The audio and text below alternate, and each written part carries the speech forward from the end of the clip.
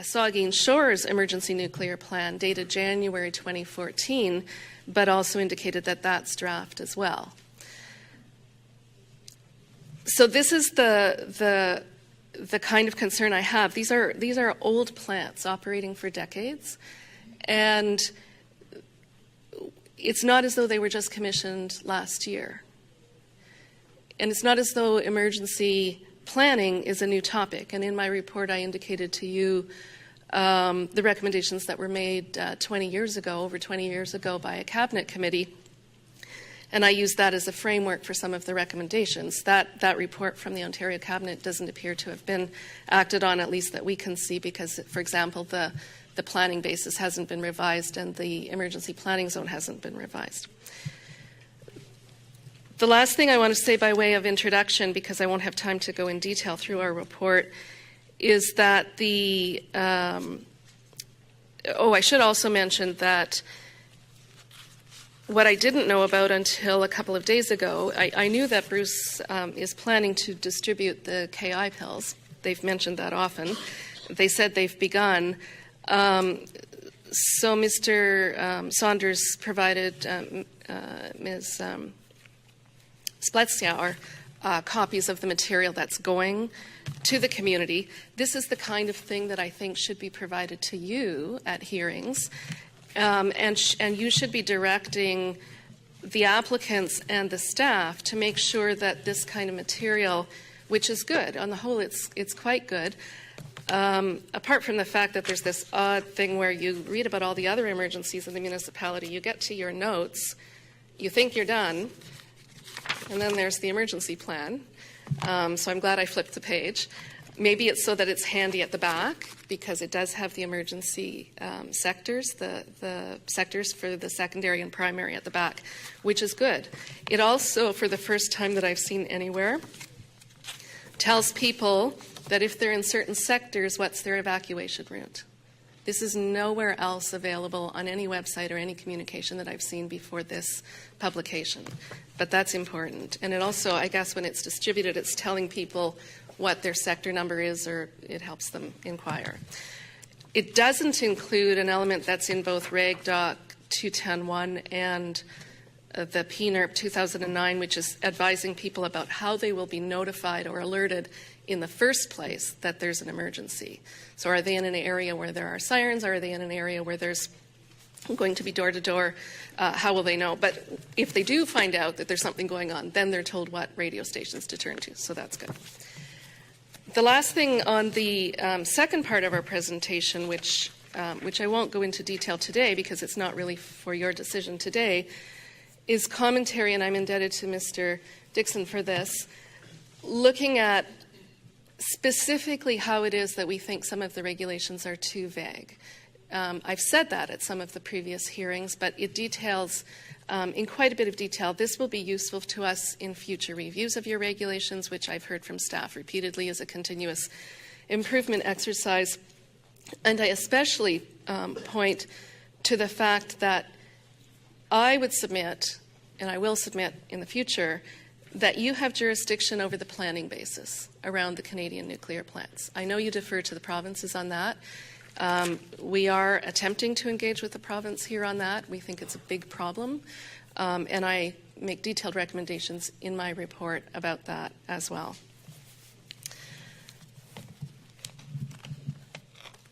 So, since I've used up almost all my time and haven't even gone to the slide deck,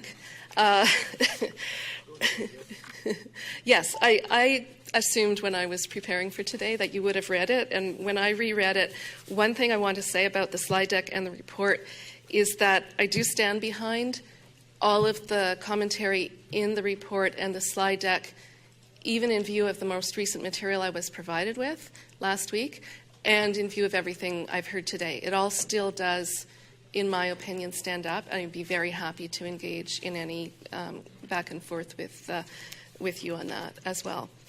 So the last thing I want to say, because it has had little attention, is that on slide, very back of the slide deck, we talk about recommending that the reactors not be approved to run past the 210,000 extended or full power hours that the reactors were originally designed to, and that's been the point at which refurbishment has been considered in the past. And the recommendation of the staff is to go to 247,000 full power hours, and we would ask that you not license the plant beyond the 210,000 full power hours without a full hearing on refurbishment. Thank you. So let's jump right into the question. Who wants to start? Dr. McDill? I'll start with something very quick. I just wanted to show you that we have in fact received this. It must have been a moment when I wasn't here, but I thought I was here through the whole hearing, so thank you. That's good to know. Hi, James Gagnac for the record. If it's helpful, Mr. President, I just want to add a few comments with respect to the communications materials, because I do think this is it's obviously a very important component for us to ensure that the public is notified on a wide range of these things. Just for a bit of background, last year Bruce Power hosted a session which actually CNSC staff were involved in, where we brought together all the surrounding municipalities, a range of provincial agencies and organizations, various fire departments, to actually discuss the issue of communications with the public, because one of the things I think we all recognized from informal feedback was that the public really needs one or two very simple places they can go to at any time and get information on emergency management, which, you know, in most cases in this area is a winter storm or a fire. I'd be happy to put it up on the screen if it's helpful, but earlier this year we launched a joint website called Be Prepared, GreyBruceandHuron.com. And really what that website was designed to do was consolidate all this information available from all these different agencies into one site. And we've actively promoted that website throughout the community. And you can go to that, and that includes everything from, as I said, what to do in a winter storm, to what to do in a tornado, a flood, to a nuclear emergency. And this is a site that we maintain, and we're having a regular check-in with all of the partners so they can update this site on an ongoing basis. And we just thought that was very helpful to the public. One of the other things I would add is, you may have noted in the presentation from Ipsos Reid that yesterday, when we ask people in the area how they like to receive communications, there are different segments of the population that don't go online for a lot of their information. So what we sought to do was develop the booklet that the Commission's been provided and other individuals, and our intention and is to update that booklet on an annual basis and mail it to all 65,000 households within the region. So, you know, we have a combination here of the tools that Mr. Saunders talked about on Monday evening, which are more real time. We have an online component, and then of course a hard copy component. But there's no doubt there's very well established information. Our goal was to consolidate this all into one simple spot that people could go to. So I just thought I'd add that for the record. Thank you. Comment on what we just heard. Thank you, Dr. Binder. Good morning, Commission members. Just by way of introduction, my name is Al Suleiman. I'm the Director of Prevention and Risk Management with the Ontario Office of the Fire Marshal and Emergency Management. I'm one of three operational directors that report up to the Chief of Emergency Management and the Fire Marshal, Mr. Ted Wenslavik. And our office, just by way of background, has oversight on the province with respect to both fire and emergency management. We oversee those two areas as well as provide advice to government on those two areas. As you mentioned, I have with me today Mr. Dave Nodwell, who is the program manager for the nuclear file, responsible for nuclear planning and exercising. It has been mentioned, and I'll just reinforce that the province of Ontario is the jurisdictional lead for off-site nuclear safety under the authority of the Emergency Management and Civil Protection Act. This responsibility is delegated by Order in Council, Cabinet Order in Council, to the Ministry of Community Safety and Correctional Services and the Office of the Fire Marshal and Emergency Management. Our plans for nuclear radiological emergencies within Ontario and outside of Ontario are administered in cooperation with designated municipalities, provincial ministries, and federal stakeholders. The province has a provincial nuclear emergency response plan.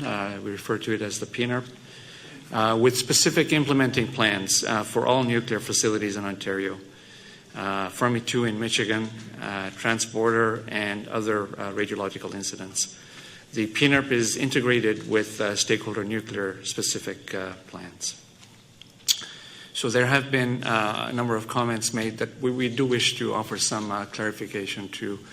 But I do like to put it on the record, first of all, to say that the municipal plans for both Kincardine and Saugeen Shores are in conformance with the PNERP. Yes, there have been certain updating that has been taking place over the last few weeks, but these are predominantly administrative type of updating to reflect improvements that have taken place over the past few years, and I will pass on to Dave Nodwell shortly to speak to that in more detail. There was comment about the PNERP being old, that it was last approved formally by Cabinet in 2009, and yes, we have been quite apparent with our desire to proceed with an updating of the PNERP. To review the planning basis in light of a number of scientific documents that have become available over the past several years, commissioned by CNSC directly and by other international organizations. So those plans are in progress, and again, I'd like to reinforce that actually for the first time since the PNERP was introduced, that we will be going to formal public consultation once we determine the planning basis for the updated PNERP. There's been a significant amount of work that has been done related to KI payload distribution in relation to CNSC's direction through Reg Doc 210.1. And we've briefed the Commission on the provincial strategy for KI distribution, recognizing that there will be local variations amongst the various municipalities based on their own demographics and resident profile and so on.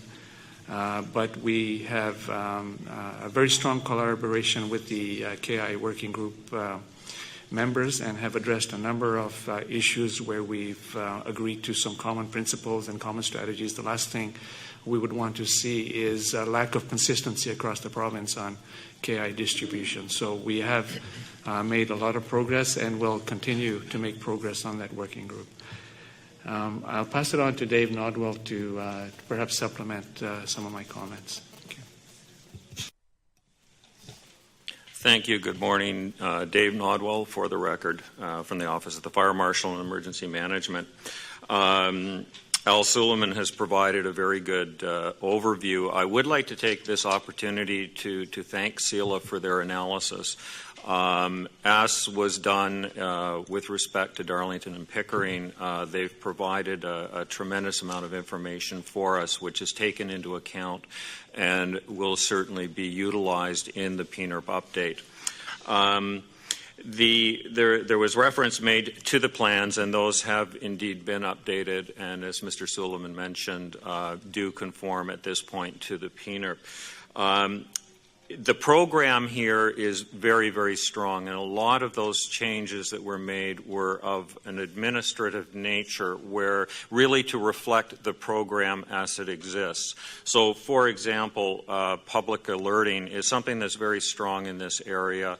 Work with telephone auto dialers, the project related to FM alerting, and so forth. So it's a matter of putting those kinds of things in the plan that's important. KI, of course, is another example that we have talked many times about, and that is being worked on in this area to a very large extent. One of the keys here, operationalization of the plans, and that will be the next step. And really, in my mind, that's the most important step, because you can put into a plan that you will be doing this, and that, but really it's about drilling down in terms of how exactly that is accomplished and making sure that you can operationalize those things. That is followed by testing. And we had a very good test in this area in 2012 with that Exercise Huron Challenge. And this was post-Fukushima, and what we endeavored to do with that exercise was to look at a nuclear response within the context of a natural disaster. So all of a sudden we were faced with how would we carry out a nuclear response when the roads are covered in trees, where there's huge demands on the emergency management infrastructure, there are building collapses and HUSAR is involved, and rescues are required from Inver Huron Park and things of that sort. So we were able to, over a period of 3 days, and in fact it was a number of different events throughout the year, take a very, very close look at the local capabilities and the capabilities of the provincial government and supporting federal departments. On the nuclear side, while all of this was going on, we were conducting testing, we were doing aerial surveillance and so on and so forth. There were a number of lessons learned, of course, from that, as was the objective of this exercise. But overall, it reflected, I think, a very strong program and one that worked quite well. So we look forward to our continued work with Bruce Power and the local municipalities in the further development of the program. Thank you, Mr. Chairman. Thank you. I think we need to move into the question. Dr. McNeil, did you want to start? My next question is on the 210,000 hours. So if there's more on emergency planning, it would be. Okay. Ms. Velshi? So it's a question for the Office of the Fire Marshal and Emergency Management. The intervener makes a number of recommendations around extending the zones, both the primary and secondary zones, and that some other countries have done so. Is this something that you're revisiting? Actually, there was an intervener yesterday as well who talked about the appropriateness of our zones and the planning basis that has gone into that. So if you can maybe shed some light as to your thinking on that, please. I'll start off, and then Dave can supplement. Sorry, Al Suleiman for the record. I'll start off, and then Mr. Nate Nodwell can supplement if necessary. So yes, I mean we're certainly reviewing all the information to either validate or change, if necessary, the planning zones, but. At this point in time, the information that we have at hand would support that the planning zones are appropriate without any significant changes. But again, we're just partway through the review process, and that will be validated through a number of mechanisms. Having said that, I do want to point out that our response capabilities through the Provincial Emergency Operations Center are not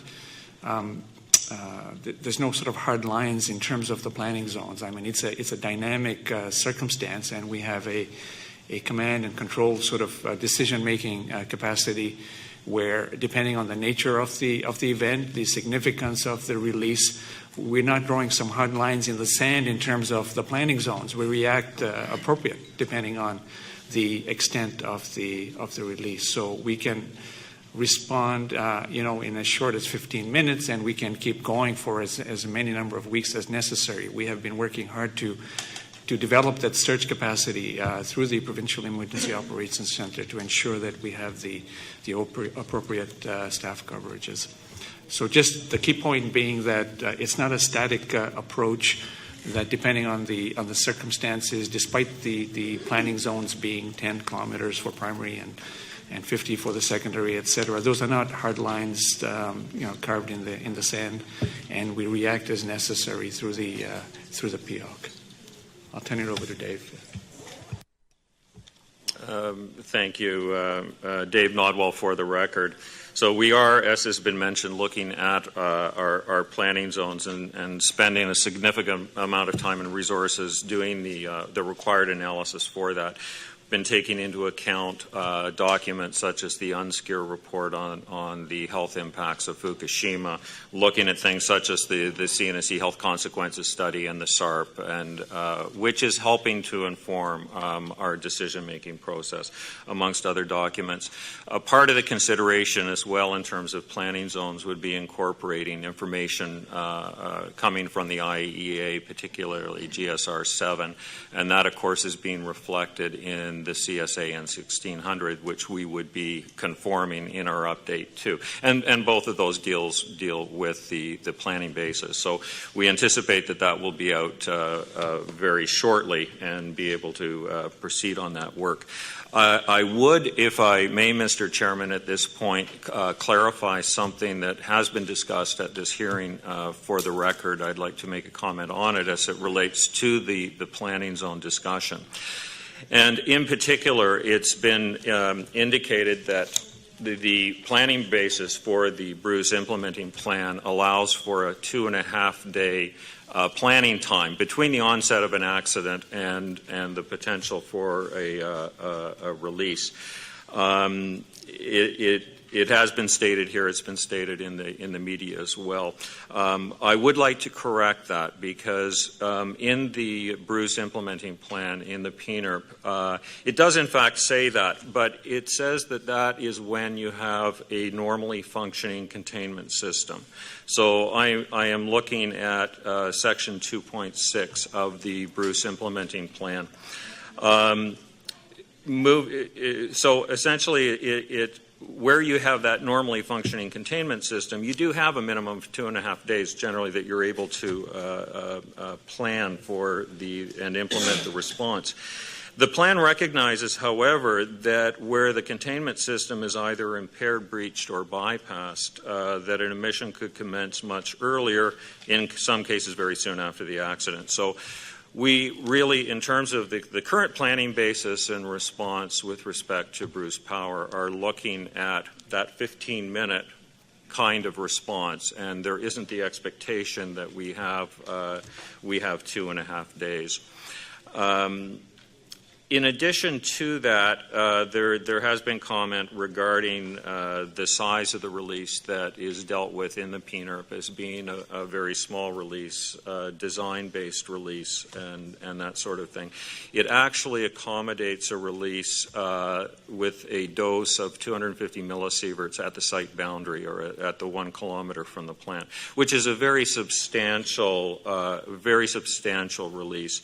And that's the basis on which the PNERP is written and the basis on which decisions would be made. So I did want to clarify that, Mr. Chairman, for the record. Thank you. No, that's actually very helpful and understood, I think.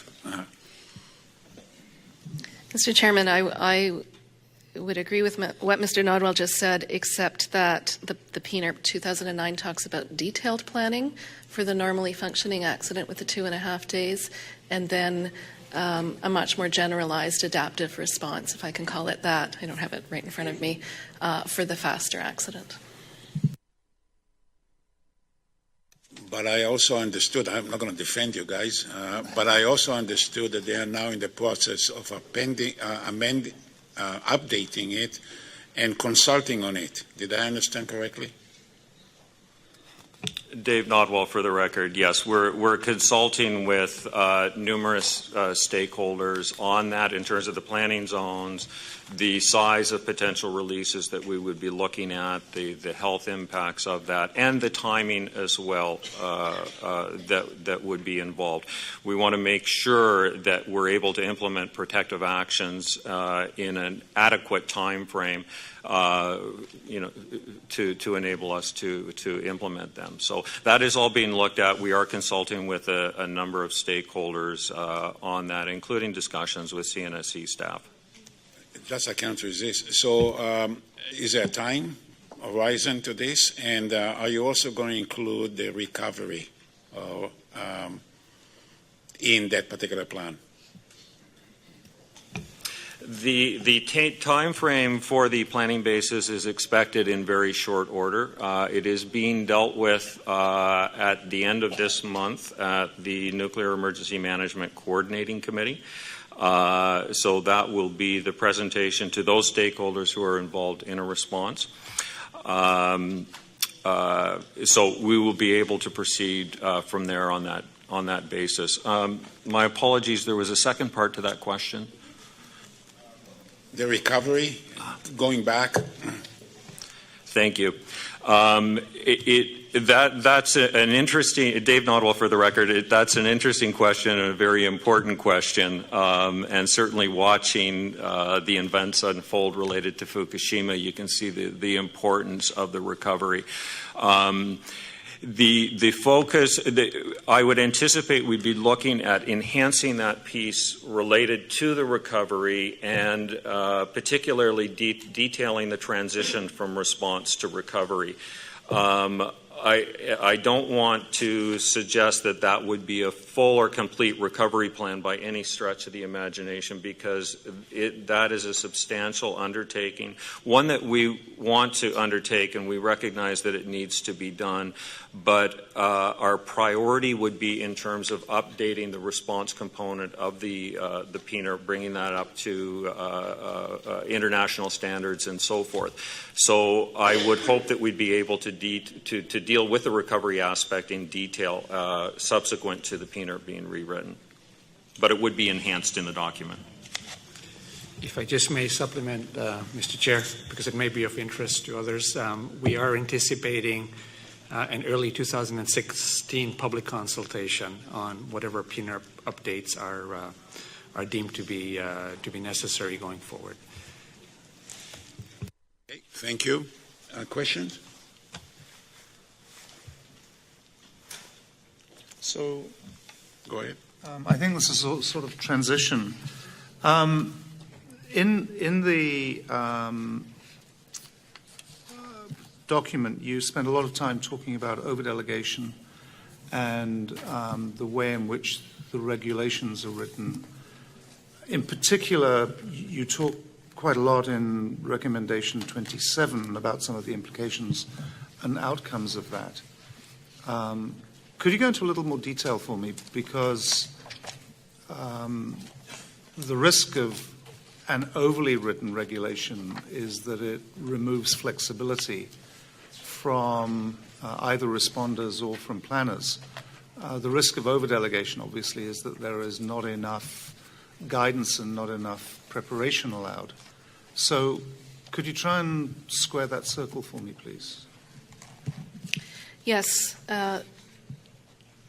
That it's a difference in philosophy to some degree. Some regulatory systems set out very, very detailed prescriptive standards, and some set out very high-level objectives for the regulated entity.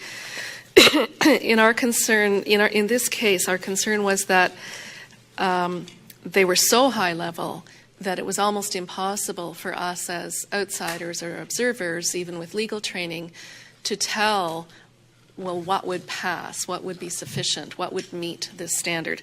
And in these two, Recommendation 27 speaks specifically to the newly revised on-site emergency control regulation and the new off-site updated 210.1. And so I mentioned earlier an example where in a future review of that regulation, we would be submitting that the Commission should weigh in on this question of the planning basis. Mr. Nodwell and Mr. Suleiman have just been talking about the province undertaking that inquiry, but it's my submission that the Commission should set a minimum. If the province wants to exceed that, that's fine. And constitutionally, that's well within your purview, within your mandate under both the Act as well as your minister's mandate under the Emergency Management Act and the rest of government. You need to be satisfied that the planning basis is sufficient, that people would really be protected in the kind of, very severe accident we've been debating in these proceedings and other proceedings. So that, and that would be an example where it's not to say there's not going to be flexibility, but a very important fundamental piece of emergency preparedness is the question about what size of accident are you responding to. And then there would be some fallout from that where we would then go on and submit, and then based on that, here are some minimums. Not to take away the question that you're doing notification in Bruce is different than you're doing notification in Durham. But the planning basis could be delineated, and some other matters. So do staff or the province have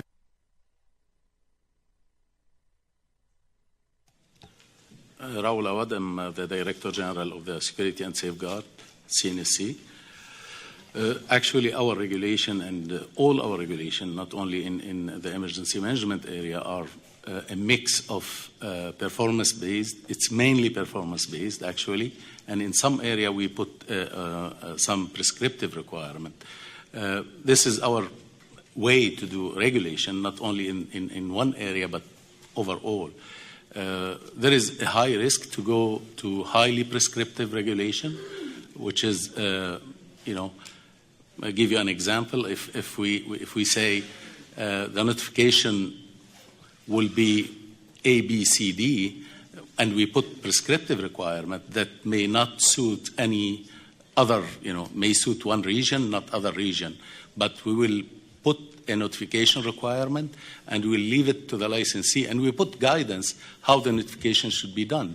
And this is in the emergency management and all other area, including all our safety regulation, which is contain a general requirement and specific requirement, and then guidance. And with this guidance, it's not considered as prescriptive, but the language make it in such a way that the licensee, they may follow this one and it's become kind of prescriptive, or they may use another method equivalent that is acceptable to the CNSC. Sir Jima, for the record, just to add to Mr. Awad's intervention, the interviewer asked with respect to the planning basis. Post-Fukushima and the CNSC action plan has requested for licensees to upgrade their emergency management program and call on for integration of the emergency management program at all levels, from the on-site to off-site to include municipality and the provincial element. So the planning basis is key element. The intervener mentioned about the flexibility of the planning basis depending on the severity of the emergency, and that is take into the threat assessment and the response to the event itself. So if there is an accident versus an incident, I'm not going to go into the definitions, but as the progression of the accident, then the planning basis must be flexible in order to respond from let it be a low risk to the highest risk. So the flexibility of performance-based requirement is of the essence, and the planning basis will be flexible in order to address the progression of the accident itself and the response associated with it. So that's all been put in place, and the licensees did review and upgrade their emergency plan accordingly. So specifically to recommendation 27, where there is a suggestion that the minimum requirements are not clearly defined, would you agree with that? Or I think I've interpreted what you said correctly. Yes, they read along the lines of you should have a planning basis. Raul Awad, for the record. Actually, it's we did a lot of work to be clear on our requirement, particularly in the both document 210.1 and 233, and I think we had a lot of consultation, and I think every stakeholder had this chance to comment this document, and we didn't receive that there is no clarity, and I think it's clear. But we are open always to any comment that may improve this document, particularly both documents, actually, 210.1 and 233. We are open. The regulatory framework is always reviewed. There is a periodic review every 5 years, and we are open to any additional comment for clarity. Look, I don't want to get into some constitutional debate. There are all kinds of federal, provincial issue, municipal issue here. The point here is that you got in one of those accidents exercise, there were 70 agencies involved. There's no way that the CNSC is going to start develop a regulation for all of those agencies, how they're going to behave. What we have been doing, and the KI appeal is a good example where we are mandated it will be done. We didn't argue about how it will be done, and I think there is a working committee that actually dealing with some of those issues. As Mr. Nodal said, the important thing is about the execution, and I think we should not lose sight of that aspect.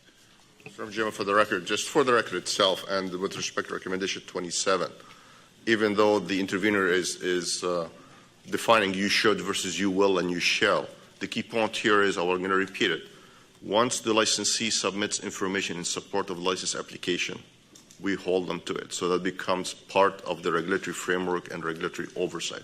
And I would like to emphasize this element. Whatever is being presented in support of a license application, then it becomes under the CNSC regulatory oversight to ensure that the requirements are met, and those requirements might include interaction and planning with the municipality on-site, off-site, or at federal level or provincial level. So that I would like to clarify this element. And Bruce Park can answer with respect to their, is it clear to them or not? Okay. Other questions? Dr. Barrio. Thank you, Mr. Chairman. If I can bring this down to a simpler, system really, how often is inspection done of the generating station in terms of emergency management and planning? And who does it? I don't care who does it, but as long as it's done, can CNSC comment on that? I know it's part of your almost annual inspection, and you do have a rating for this. Ken Lackner for the record. I'll start with the sort of broad approach, and then I'll ask my site inspector, Jeff Stevens, who actually does the inspection. So, as you mentioned, it is part of our portion of our regulatory oversight process. It's done continuously. And the fact that, for instance, the site inspectors will attend planning meetings, they'll understand the planning basis for accidents. They'll review drills. They'll ensure that the drills are carried out. We have performance indicators for drills. We have performance indicators for the training qualification of people who perform the drills. We have inspections on the mechanical side, the implementation of the equipment. So, for instance, we verified that the equipment is in place, it functions, it's tested, it's stored properly, it's properly designed and qualified for this function. So it's a continuous basis that we review this, and in addition to that, if we detect any issues, in other words, if we see from our performance indicator that a drill is not functioning correctly, we get more intrusive. We go and determine why that is. We access the licensee's problem identification corrective action system, make sure that they identify issues, follow up on them to completeness. And that's really no different than any other program. Exactly. And basically, you're satisfied that it is being done efficiently? Ken Lafreniere, for the record, yes, we are very satisfied that they're... Bruce, in terms of emergency planning, are you satisfied with the direction that you've gone and how things are happening? I know we've had some problems in the past with alarm systems and whatnot, but I know it's been resolved. Yeah, I mean, I think, I'm not sure I'm allowed to say there's too many inspections, but that might be my initial position. But you're allowed to say whatever you want. Yeah, there's a continuous inspection process, and not only on the equipment, but on the drills themselves, and there are requirements that are specified in our license about how often we have to perform major drills and so forth, and all those are observed by CNSC, and the province is frequently involved as well.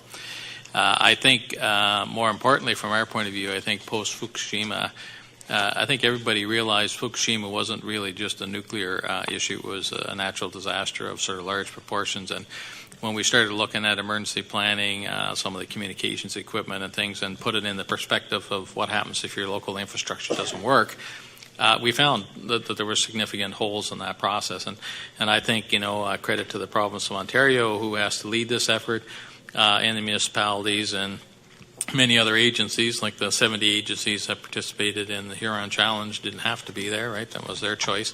I think we did a good job testing it all out, and I think the response since then has been very, very good. It's taken some work to work through things like FM Alert We're still working on text messaging because we're getting some pushback from companies now that they're uncomfortable with the legal liability and they want the CRTC to direct them to do it and so forth. So, but we're working through that. We'll get there. But these things, I think, are coming along in what would be a pretty good pace in the multi-agency environment we're in. So we're satisfied with the support we're getting from everybody, and I think as the plans change and mature, it'll be a very strong process, not only for nuclear emergencies, but just for emergencies in general, because I think it's the big environmental event that people see as a major risk to people for the most part. EMO, any comment to this? Have you encountered any resistance by anybody who does not want to cooperate with emergency planning? Not really. I mean, we are aware that certain municipalities, and not necessarily nuclear-related municipalities, but other municipalities under our overall emergency management program, where we need to have greater involvement in terms of their participation and updating of their plans and so on. But generally speaking, no. But since I have the floor, I'd just like to make the point that the current legislative framework, and not to get into a constitutional debate about provincial versus federal responsibilities and so on, but certainly we believe that the line in the sand, the way it's been drawn in terms of facilities being directed to work with the province and the province having the lead on emergency off-site response, we think works very well, and we're satisfied with that. Thank you. Question? You've answered my question. Thank you. Ms. Velshi?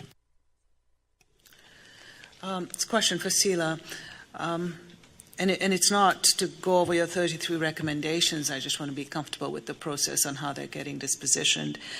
And you've made a very significant contribution at the Pickering and the Darlington refurb hearings and informing the CSA standard and the new regulatory documents that have come up have been developed since then. So my questions were, are these recommendations, one, that you had previously submitted when the new standard and the new regs were getting developed and provided feedback then? Or are these new Bruce license-specific recommendations? All of these recommendations are specific to Bruce or are still in play. So we did make recommendations earlier as well about planning basis, for example. And of course, as I said, CELA, the Community Safety Minister in Ontario told CELA, Durham Nuclear Awareness, and Greenpeace more than 2 years ago that we would be engaged in developing the new approach in Ontario, including discussions about the planning basis, and that has not happened yet. So when coming to review the situation at Bruce, we're including both the specific. I reviewed all of the plans here, Kincardine. I went through all of that. I looked at the on-site plan. I looked at the 2009 implementing plan under the PNERP and so on. And I made specific comments on that because, to be honest, I was a bit surprised not to find things in better shape around the completion and adoption of the plans. And I already spoke to you about that. And you've already got reassurance from the province that they're in the process of revising PNERP and that there will be public consultation. Maybe I can ask staff on the process they're following in reviewing the recommendations that are applicable to them, and the ones that we haven't already discussed, if you've got comments on any others. I'm not sure. Staff were huddling. I'm not sure they heard you. But while, just a quick question. When they end the standard, the CSA standard, N1600, were you party?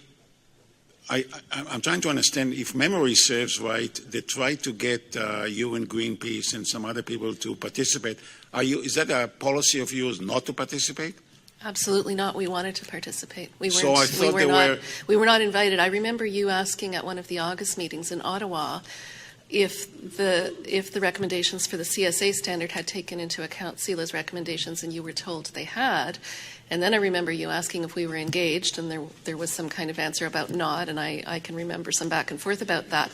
But we absolutely, in fact, we had a very difficult time Because of the way CSA does its public consultation, which is all we had, once it went out for public consultation in the normal course, then we had to make arrangements with CSA to get a copy rather than their online window by window, which is the way they do it, like an actual whole document so that we could review it.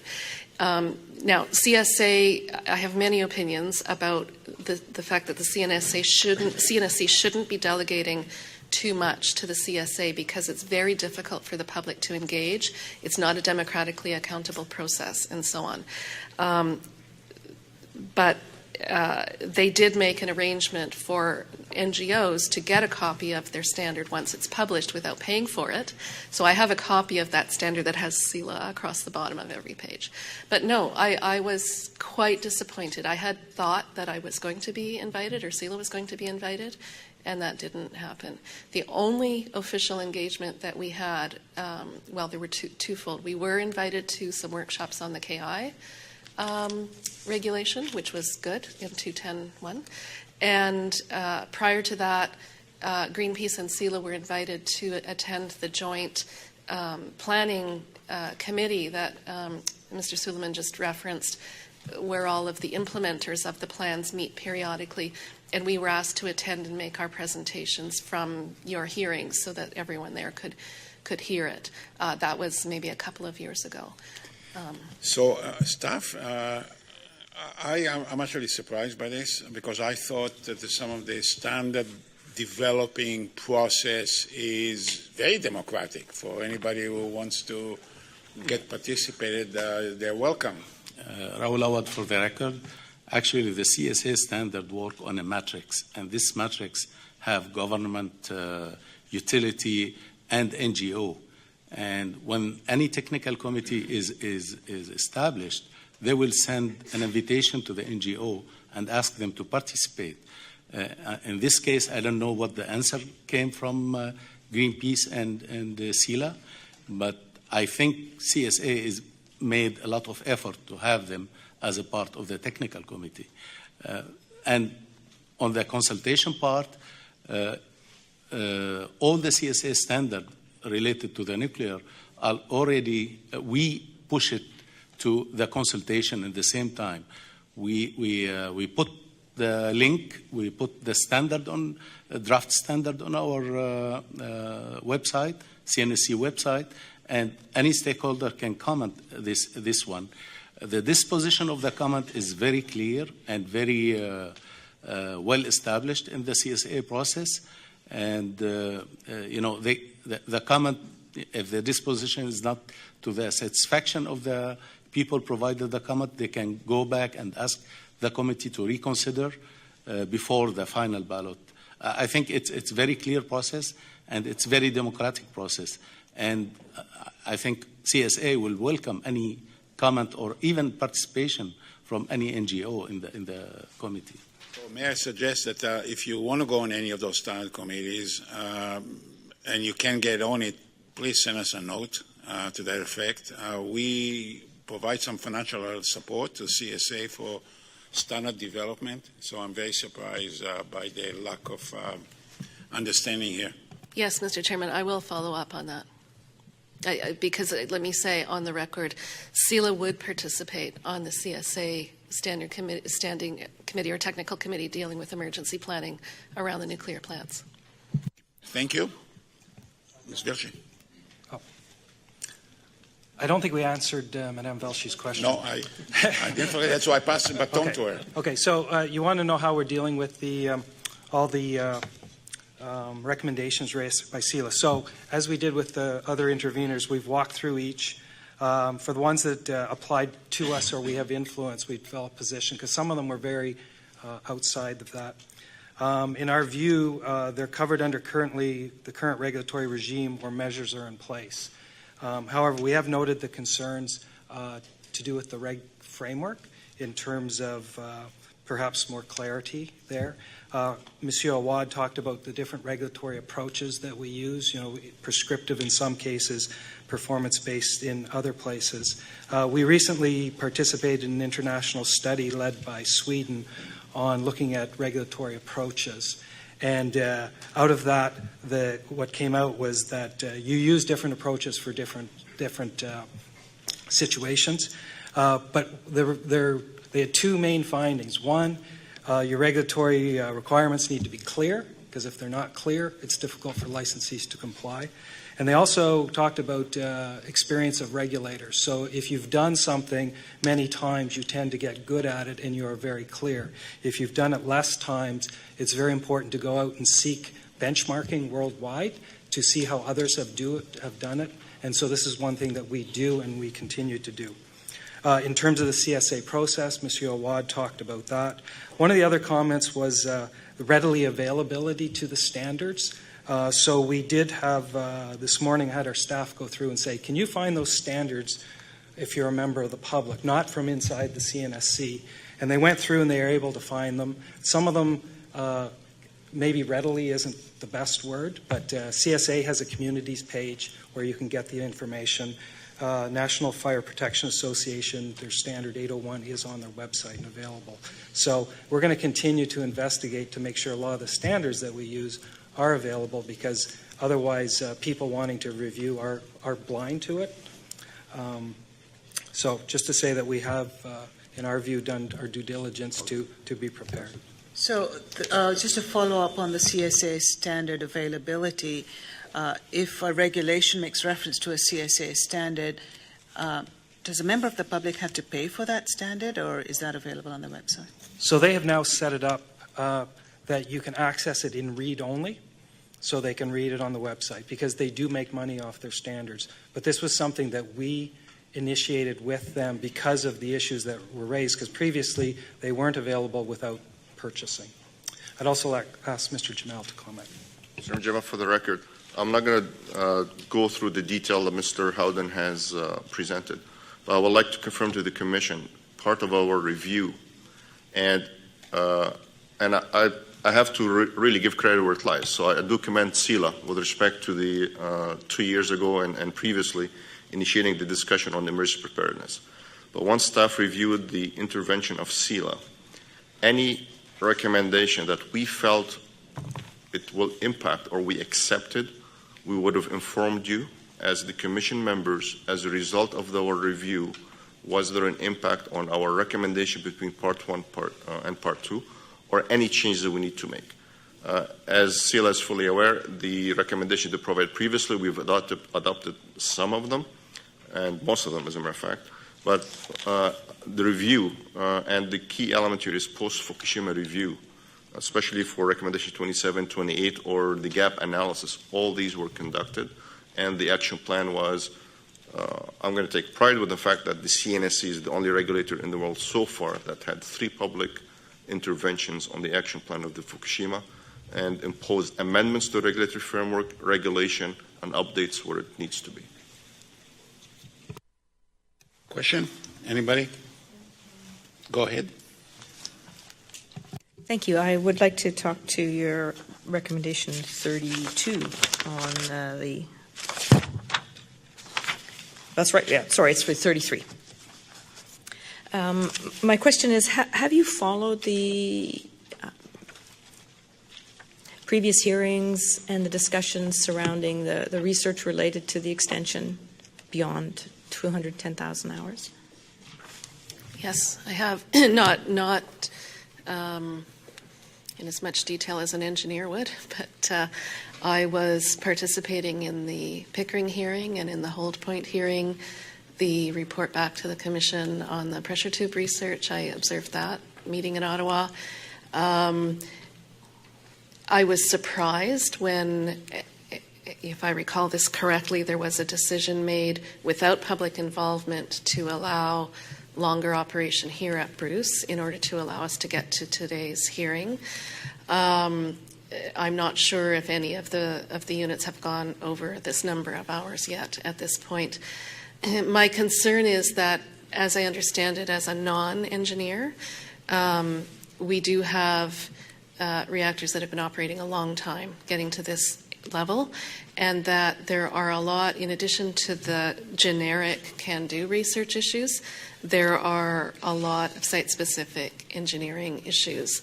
And so my concern is that just because the decision was made for Pickering, it shouldn't just as a matter of precedent. This is a technical matter, not a legal precedent.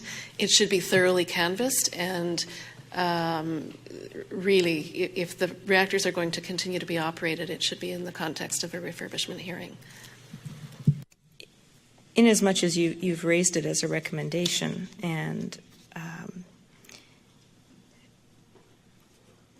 there has been a lot of work done, I think it would be fair to both staff and Bruce to comment on this, particularly with respect to the comment that it hadn't been before a hearing. So I'll ask staff, so that it's on the record, to go over a little of the history, and don't forget to include I think the Argentinian reactor is now beyond that point, so I think it's good to have as a point of context for the public. So for staff, and then Bruce, please. Thank you. Barclay Howden speaking. I'll give an overview, and then I'll ask Jerry Frappier and John Ginn to provide the details. So as discussed, it was, in terms of for Pickering, it was discussed in a public proceeding. So what it's called is the Fuel Channel Life Management Project, which is an industry-wide project which includes two components, a research program, as well as on-site inspections and sampling. And the Commission may recall yesterday some of the discussions with some of the interveners who are providing the tooling that delivers the tools that allow you to measure and scrape the pressure tubes, reducing doses to workers doing that. So that's the whole, that's the project itself. It's industry-wide. Now I'd like to go back to Mr. Frappier and John Ginn to give a little bit of the history and a little bit of what are the components of this program. Thank you, Mr. Howden. Jerry Frappier for the record. So maybe to put this in a little bit of a different context, we will not allow the reactors to operate in an experimental phase, if you like let's see what happens beyond 210,000 hours. That's not the logic we're going through, and it would not be appropriate. We're very big on the precautionary principle. At the same time, arriving at 210,000 hours is not a surprise. We've known since day one that 210,000 hours will eventually get here. So industry several years ago started a detailed research program to get to the heart of what are the degradation mechanisms and ensure that we have a solid understanding of those mechanisms so that we can make predictions. If I go back to the original designers, and we won't go too much into history, but the 210,000 hours was not something that came out of design analysis that said these pressure tubes are only good till 210,000 hours. It was a constraint put on the designers to say that we want to make sure these reactors are good at least until that time. And the designers put a lot of conservatism into that to that aspect of the design, knowing that it was going to be very fundamental to the life of the reactors. So they designed in an awful lot of conservatism, and they didn't have the level of knowledge that we now have on both the degradation mechanisms and the details of how the degradation occurs. So what we've been doing for the past few years as a regulator is saying that 210,000 hours is the limit until you can demonstrate that your pressure tubes or the pressure tubes in a reactor can meet all its requirements beyond those. Industry has had this quite substantial, and they'd be in a better position than me as to how much money or whatever it was cost, but had a lot of research being done at Chalk River in the United States, and in both very physical, hands-on testing of pressure tubes, plus analytical work as to improving models on degradations. So at this point in time, even though the research is continuing to push that date as far back as is possible from an engineering perspective, at this time staff is quite comfortable that the 247,000 hours is appropriate. Just to put a little nuance on there, if you really get into the research, it's really about hydrogen uptake of the pressure tube. So that's what we're really looking at, and it's a very measurable thing. So where we are right now is that industry understands the degradation mechanisms. They have a model. We understand what their expectation is as far as degradation goes, and we can monitor that very closely by taking these inspections of the pressure tubes and analyzing how much hydrogen pickup has actually been there. So we will not let them get to a point where the pressure tubes are no longer fit for service. We believe that's going to be at least 247,000 hours. I think it'll be further than that. Industry is going to continue that research. But at this point in time, from a staff perspective, we are very comfortable that the pressure tubes are fit for service up to the 247,000 effective hours. Thank you. I don't want to go further into this. We've discussed this at length. I think that we have some other issues we want to discuss right now. Anybody else would like to raise some more questions? Bruce, do you want to? Excuse me, Mr. Chairman, just for the record, without extending the conversation, Duncan Hawthorne for the record, day one we did have a lot of conversation about this, and we were asked if we could provide better explanation, more visible, more transparency to what was actually done on this. We took that action on board, and now you would see we created a DVD which explained how we measured the life, how we were managing it. It showed the tests that were being done at Chalk River, etc. That DVD has been posted on a website since January, so it does provide a more fulsome explanation, and we believe, in layman's terms, that help people understand the whole life management of fuel channels. Thank you. Thank you. Anything else? Anybody else? Mr. Tortiasi. I will just go back a little bit to the emergency. You, in your submission, you were talking about Kincardine and also about Soggy Shore, that they are missing a section N of the emergency plan. Just Kincardine. Just Kincardine. So Saugeen Shores, I never did find anything except the draft that Bruce Power provided to me the week before last. It's dated January 2014, but apparently in draft. And I stand to be corrected, but that's all I was provided. The Kincardine plan that's currently adopted, according to my understanding, contains is supposed to contain an Appendix N that's titled Operating Procedures, according to its table of contents. But whenever we asked for it, we were told it wasn't ready yet. My question will be to Bruce, because these small communities, mainly Soggy's, I think Soggy Shore is a very small community. To what extent, and the emergency plans should be integrated? That means, considering that everybody who is, every stakeholder. Do you provide to these communities some guidance or some help how to develop and what should be in the emergency, and if they are missing, to guide them? We're going to hear from Saugeen Shore in, I think, this morning or this afternoon, sometimes today, so we can ask that question directly. Bruce? The short answer is yes. We provide both funding and staff support to the municipalities. They do have pretty good emergency planning capability on their own, and we're there to assist them, in particular with the emergency plan. We have a good relationship with them, regular meetings, and a committee that follows up.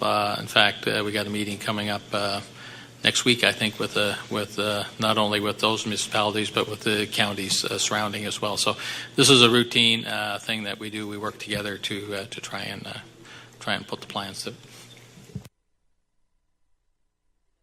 And I have one more, if it's in the same subject or. Go ahead, whatever. Okay. And you are talking about in recommendation 22 about perception of guidance and binding documents. You are saying that the Reg Docs 232 and 210.1 could be seen as more as a guidance, not necessarily binding. My question is to Bruce. How do you see that? Do you see these documents as a binding because, or a guidance because the language which is there will and must against should and may is confusing. Mr. Chairman, I just want to clarify that recommendation is speaking to the guidance part of those recommendations. So they have a part that's mandatory and then a part that's guidance. The mandatory part we're saying is overly general. We talked about that. And then there's a guidance section. So this recommendation is under the guidance section. Yeah, I think it'd be fair to say, as you've heard from me in a number of regulatory documents, that I don't always agree with the content of regulatory documents, but that's your jurisdiction.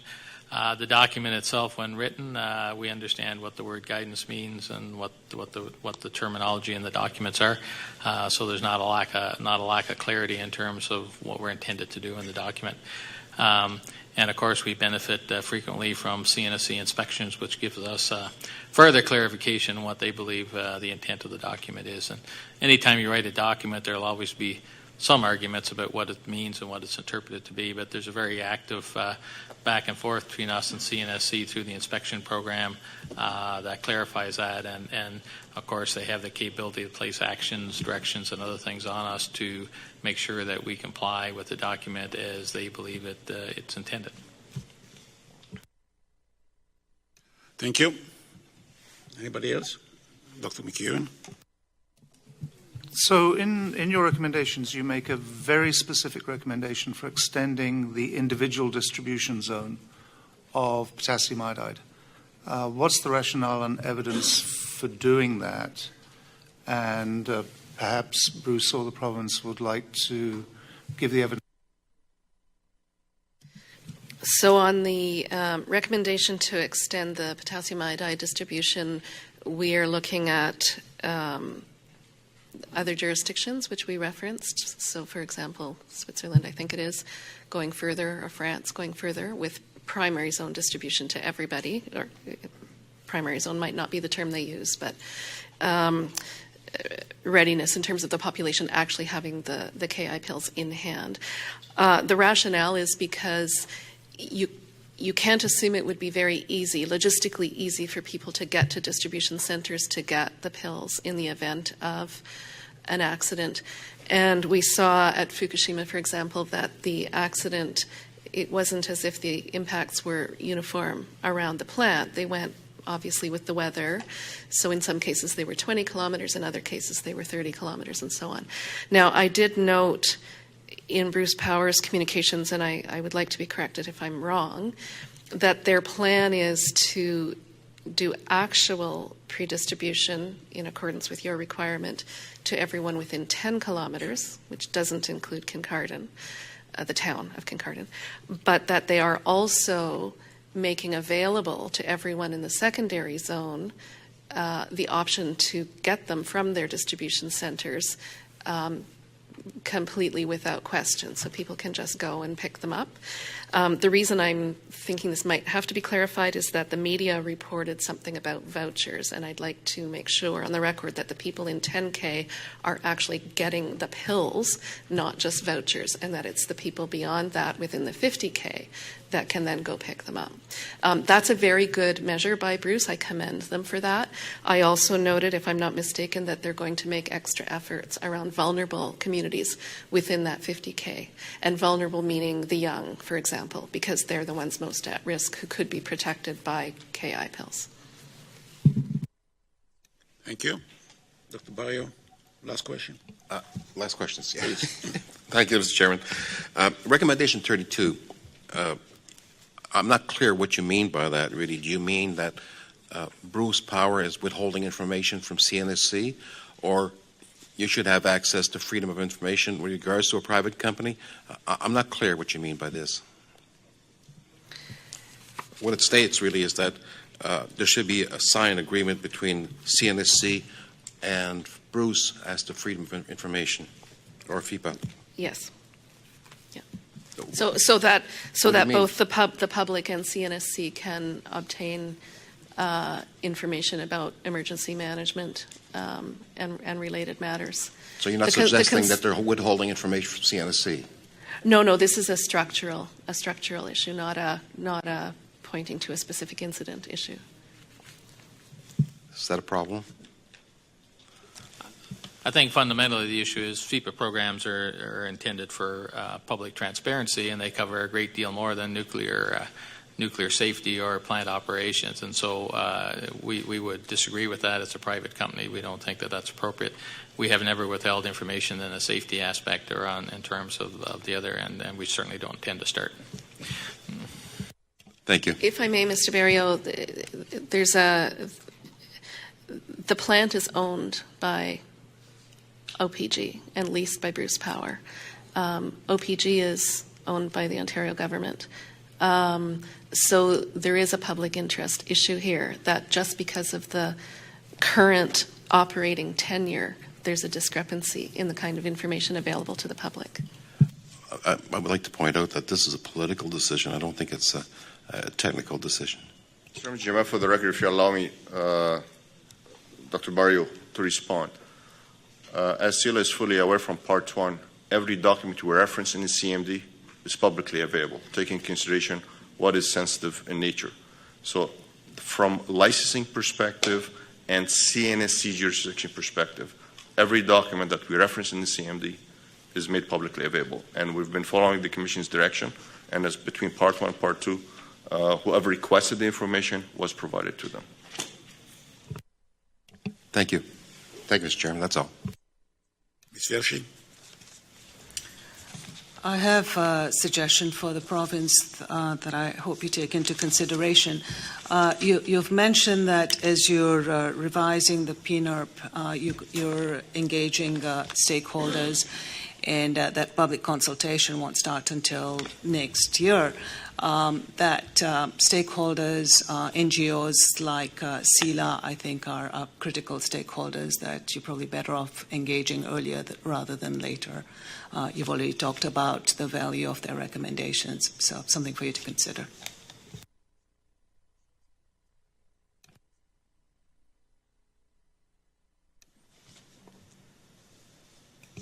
No, we appreciate the recommendation, and we'll seek opportunities to engage as we get further down the line with the review.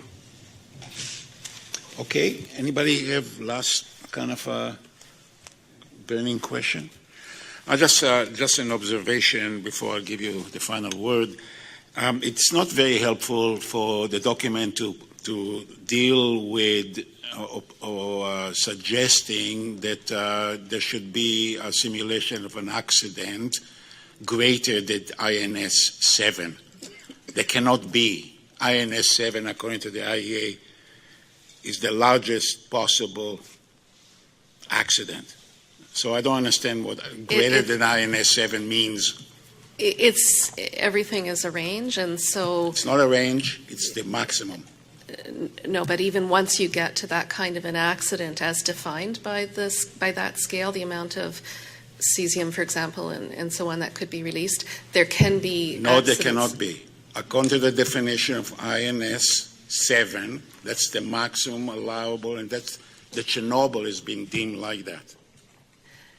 So I don't want to argue. This is not a legal document. Read the IEA, okay? And it's not a good proxy for severity of an accident. It's an information proxy. No, I understand that it's a communication tool, but it's defined in terms of the amount of release. And so you can have releases greater than that amount that puts it into INS 7. Let me put it this way. There is no ISN 8. So if there were ability to release, then there would be an 8. Okay, you have the final word. Thank you, Mr. Chairman. Again, thank you for the opportunity to present to you today. I do appreciate Ms. Velshi's recommendation to the province, and I hope it's taken up, and I appreciate your direction, if I can call it that, Mr. Chairman, about the CSA Technical Committee engaging with CILA, because the reason we have engaged so seriously in emergency planning for the last few years, and the reason we commend it so strongly to you within your jurisdiction, is because it's of absolute critical importance to the public. My starting point, I absolutely assume everyone has a lot of integrity and is trying very hard to do their job, and truly hope an accident won't happen. But the starting point for emergency planning is to look at, well, it could, and then what? Are we ready? Thank you. Thank you. Thank you very much.